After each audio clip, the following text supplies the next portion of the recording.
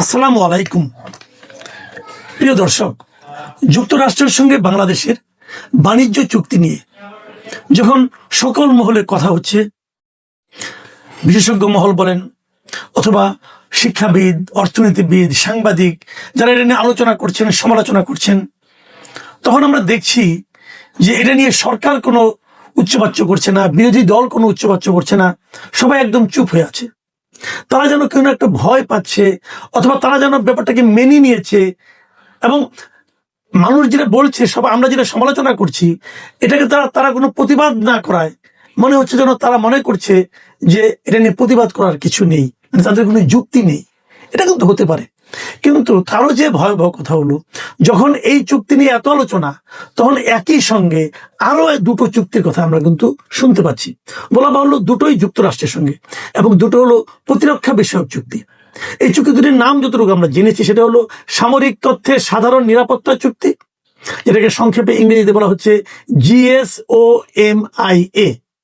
আরেকটা হলো অধিগ্রহণ এবং পারস্পরিক সেবা চুক্তি, যেটাতে অ্যাব্রিভিয়েশন বলা হচ্ছে যে ACSA। এবং এই দুটো চুক্তি স্বাক্ষরের একদম শেষ পর্যায়ে আছে বলে আমরা জানতে পেরেছি। গত কয়েকদিন আগে থেকে সোশ্যাল মিডিয়া এটা নিয়ে কেউ কেউ লেখালেখি করছিল, তো আমিও তেমন কোনো তথ্য প্রমাণ পাচ্ছিলাম না বলে কিছু বলতেও পারছিলাম না।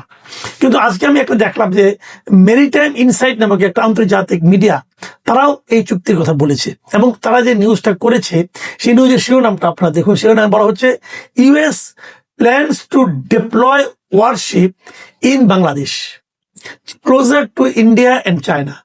মানে এই চুক্তিটা হলে পর কি প্রতিক্রিয়া হতে পারে, কি ঝামেলায় আমরা পড়তে পারি, সে সম্পর্কেও একটা ইঙ্গিত কিন্তু এই নিউজের মধ্যে দেওয়া আছে, যে চীন এবং ভারত এটাকে সহজভাবে নাও নিতে পারে। এখন প্রশ্ন হলো, চুক্তিতে কি আছে? আমরা চুক্তি বিষয়টা যদি বোঝার চেষ্টা করি, এই চুক্তিতে যে কথাটা বেসিক্যালি বলা হয়েছে, অনেক কথার ফাঁক দিয়ে যেটা বলা হয়েছে, যে মার্কিন যুদ্ধ জাহাজ এবং সামরিক বিমান এগুলো বাংলাদেশের বন্দর এবং বিমান ঘাঁটিগুলো জ্বালানি সংগ্রহ, রক্ষণাবেক্ষণ এবং লজিস্টিক সহায়তার জন্য ব্যবহার করতে পারবে। মানে আমাদের নৌবন্দর, আমাদের বিমানবন্দর যুক্তরাষ্ট্র তাদের প্রয়োজন অনুযায়ী ব্যবহার করতে পারবে। এখন তারা ব্যবহার করে কি করবে? দেখুন, এইগুলি কিন্তু খুব একটা বেসিক পয়েন্ট। আমাদের নৌবন্দর কোনগুলো, চট্টগ্রাম বন্দর বলেন, পায়রা বন্দর বলেন, পটুয়াখালী নৌঘাটি, হ্যাঁ, এবং কক্সবাজারের বিএনএস পেকুয়া যে সাবমেরিন ঘাটি আছে, তারা কিন্তু এটাও ব্যবহার করতে পারবে। এখন যদি ব্যবহার করতে পারে, সেই বিষয়টাকে ভারত এবং চীন কিভাবে নেবে? তারা কি খুশি হবে? এই বন্দরগুলো যদি ধরা যাক, কথার কথা, আমরা যদি ভারতকে ব্যবহার করতে দিতাম, এখন আলাপ বাদ দেন, ধরা যাক শেখ হাসিনারা বলে, তখন যদি বাংলাদেশ এই ঘাটিগুলো ইন্ডিয়াকে ব্যবহার করতে দিত, সারা দেশে কি হতো বলুন তো? একটু তুলকালাম কাণ্ড হয়ে যেত। তারা বলতো দেশ বিক্রি করে দিচ্ছে, আমরা গোলামিতে ঢুকে যাচ্ছি, গোলামি চুক্তির মধ্যে ঢুকে যাচ্ছি, আমরা অন্য দেশের করদ রাজ্যে পরিণত হচ্ছি বলতো। কিন্তু কারা বলতো? সেই চেহারাগুলো আপনারা জানেন। সেই লোকগুলি এখন কি করছে? সেই লোকগুলো কেউ কি প্রতিবাদ করেছে? কেউ কি একটা শব্দ উচ্চারণ করেছে? তাহলে যে গোলামি হয়নি সেটা নিয়ে তাদের চিৎকার চেঁচামেচি আমরা দেখেছি, কিন্তু যে গোলামি হয়ে যাচ্ছে, চুক্তির নাম টাম সবই ঠিক হয়ে গেছে, কি হবে তাও আমরা ইন্টারন্যাশনাল মিডিয়াগুলোতে এগুলো নিয়ে লেখালেখি চলছে, সেগুলো নিয়ে আমাদের মিডিয়াও চুপ। এবং আমাদের ওই দেশপ্রেমিক লোক যারা গোলামির কথা শুনলে পরে যাদের গায়ের রক্ত টকবক করে ফুলতে থাকে, সেই লোকগুলি এখন হিম শীতল রক্ত নিয়ে চুপচাপ বিচরণ করছেন হাসি মুখে। কেন হচ্ছে এটা? কেন করতে দিচ্ছি আমরা? কেবল এটাই না, এরপরে কিন্তু অন্যান্য সামরিক স্থাপনাও কিন্তু আমাদেরকে ব্যবহার করার জন্য দিতে হবে মার্কিন যুক্তরাষ্ট্রকে। আপনাদের মনে আছে কিছুদিন আগে অন্তর্বর্তীকালীন সময়, সরকারের সময়, কক্সবাজারের এখানে মার্কিন সেনাবাহিনী তাদের মহড়া করার জন্য এসেছিল। তখন আমরা অনেকে প্রতিবাদ করেছিলাম যে এটা কেন করতে হচ্ছে। তখন সারা মানে ওই গভর্নমেন্ট নানাভাবে ব্যাখ্যা করেছিল যে এটাকে রুটিন ওয়ার্ক, হ্যান ওয়ার্ক, ত্যান ওয়ার্ক, নানা কিছু। আপনাদের এটাও মনে আছে, নিশ্চয়ই মনে থাকার কথা, যে বিগত স্বৈরাচারী শাসক যাকে আমরা বলি শেখ হাসিনা, তার আমলে শেখ হাসিনা কিন্তু বলেছিলেন যে যুক্তরাষ্ট্র তাদের নৌবাহিনীর ব্যবহারের জন্য, সামরিক বাহিনীকে ব্যবহার করতে দেওয়ার জন্য আমাদের সেন্ট মার্টিন দ্বীপ এবং তার আশেপাশের এলাকাগুলো ব্যবহার করতে চেয়েছিল। এবং বলেছিল ওগুলি ব্যবহার করতে দিলে শেখ হাসিনার কোনো সমস্যা হবে না, শেখ হাসিনাকে তারা ক্ষমতায় টিকিয়ে রাখবে। এই সমস্ত কথা শেখ হাসিনা বলেছিল, আমরা বিশ্বাস করিনি। আমরা বলেছি শেখ হাসিনা এমনি আমাদের একটা জুজুর ভয় দেখাচ্ছে। কিন্তু এখন আমরা কি দেখছি, শেখ হাসিনা বলছিল এগুলো যদি আমি ব্যবহার করতে না দিই তাহলে আমাকে হয়তো সরে যেতে হতে পারে। এখন আমরা কি দেখছি, শেখ হাসিনাকে সরে যেতে হয়েছে, শেখ হাসিনা দেশ ছেড়ে চলে গেছে। এটার পেছনে অন্য কারণও আছে, আমি অবশ্যই বলবো। শেখ হাসিনার অপশাসন, শেখ হাসিনার গণতন্ত্র হরণ, মানুষের ভোটাধিকার হরণ, অবাধ লুটপাটে সায় দেওয়া, এরকম অনেক কিছুই আছে। অপরাধের কোনো শেষ নেই। কিন্তু তারপরও যখন এই কথাটা মিলে যায় তখন কিন্তু অনেকে বলবেন যে এই যুক্তরাষ্ট্রের একটা ভূমিকা আছে শেখ হাসিনাকে সরিয়ে দেওয়ার ক্ষেত্রে। আপনাদের মনে আছে কয়েকদিন আগে এই আমরা যেটাকে জুলাই আন্দোলন বলছি, সেই আন্দোলনের যিনি প্রধান ব্যক্তি যারা ছিলেন, তাদের যিনি গুরু হিসেবে পরিচিত ছিলেন মিস্টার ফরহাদ মাজহার, উনিও কিন্তু কয়েকদিন আগে বলেছেন যে উনি এখন বুঝতে পেরেছেন যে এই আন্দোলন অথবা শেখ হাসিনার পতন অথবা ক্ষমতার পরিবর্তন যাই বলি না কেন, এর পেছনে মার্কিন যুক্তরাষ্ট্রের একটা বড় ভূমিকা আছে। মার্কিন যুক্তরাষ্ট্রের ইন্টারেস্টে কোথায়, সেগুলো আমরা ধীরে ধীরে টের পাচ্ছি। প্রথমে হলো বাণিজ্য চুক্তি এবং তারপরে এখন হচ্ছে এই প্রতিরক্ষা চুক্তিগুলো।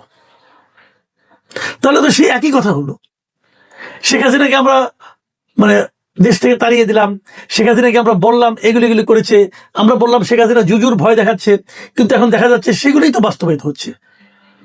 আচ্ছা, আমরা হাইপোথেটিক্যালি ধরি যদি এই ঘটনাগুলি ঘটে যায় আমাদের কি হবে?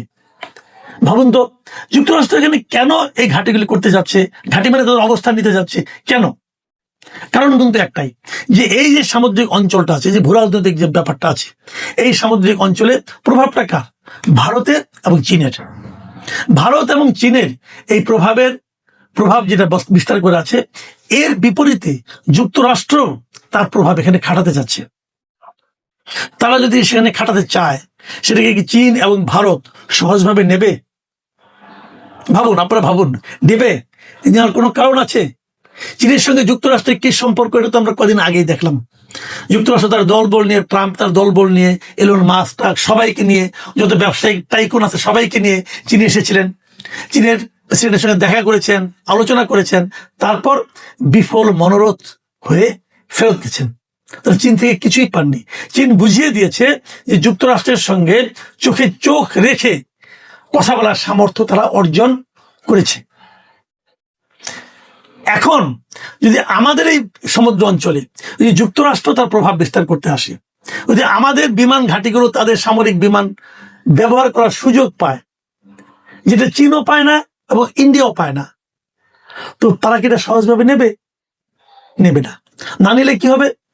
যুক্তরাষ্ট্র এবং চীন মুখোমুখি হবে। কোথায় মুখোমুখি হবে? আমাদের সমুদ্র এলাকায় মুখোমুখি হবে। আমরা হব চীন এবং যুক্তরাষ্ট্রের যে বিরোধ, সেই বিরোধের ক্ষেত্র। আমরা আমাদের জমি দেব, যে তোমরা আমাদের জমিতে বসে যুদ্ধ করো। তখন সেই জমিটার কি অবস্থা হবে? তা আমরা কেন যেটা পরাশক্তির যুদ্ধের মাঝখানে নিজেদেরকে স্যান্ডউইচ বানানোর জন্য এত আগ্রহ দেখাচ্ছি? এটা কি আমাদের স্বার্থে নাকি যুক্তরাষ্ট্রের স্বার্থে? আমাদের সরকারের মধ্যে কি কেউ কেউ আছেন যারা যুক্তরাষ্ট্রের স্বার্থ রক্ষার জন্য উদ্গ্রীব হয়ে আছেন? তারা কারা? তাদেরকে আমরা চিনি, আপনি চিনেন, আমার তো মনে হয় সবাই চিনে। সেই জায়গাতে আমরা বেরোবো কিভাবে? এবং সবচেয়ে দুর্ভাগ্য যে কথাটা, যেটা আমি বারবার বলে আসছি, যে এই ঘটনা ঘটাচ্ছে, হয়তো এমন হতে পারে আমাদের সরকার একটা চাপের মধ্যে আছে, আমাদের সরকার ভয় পাচ্ছে, কিন্তু আমাদের সরকারকে সে ভয় থেকে বের হওয়ার জন্য আমাদের বিরোধী দল বলেন, তারা কি করছে? তারা কি কোনো ভূমিকা রাখছে? তারা যদি জনগণকে সঙ্গে নিয়ে এই বিষয়গুলো প্রতিবাদ করত, তাহলে তো আমাদের সরকার বলার সুযোগ পেত যে আমার দেশের জনগণ এগুলো চায় না, কাজে এটা আমরা করবো না। কিন্তু সেই সুযোগটা কি সরকার পাচ্ছে অথবা নিচ্ছে? সরকার নিজেও বলতে পারতো যে আমাদের জনগণ এগুলো চায় না, সরকার জনগণের কাছে পুরো বিষয়টা ওপেন করে দিতে পারতো। কিন্তু সেগুলো কোনো কিছু আমরা দেখতে পাচ্ছি না। আমরা বুঝতে পারছি না দেশ আসলে কোন দিকে যাচ্ছে, দেশ আসলে কার আঁচল তলে যাচ্ছে, দেশ আসলে কার ভিত্তিতে পরিণত হচ্ছে। প্রিয় দর্শক, এ নিয়ে হয়তো আরো আলোচনা করতে হবে। এখন এ পর্যন্ত।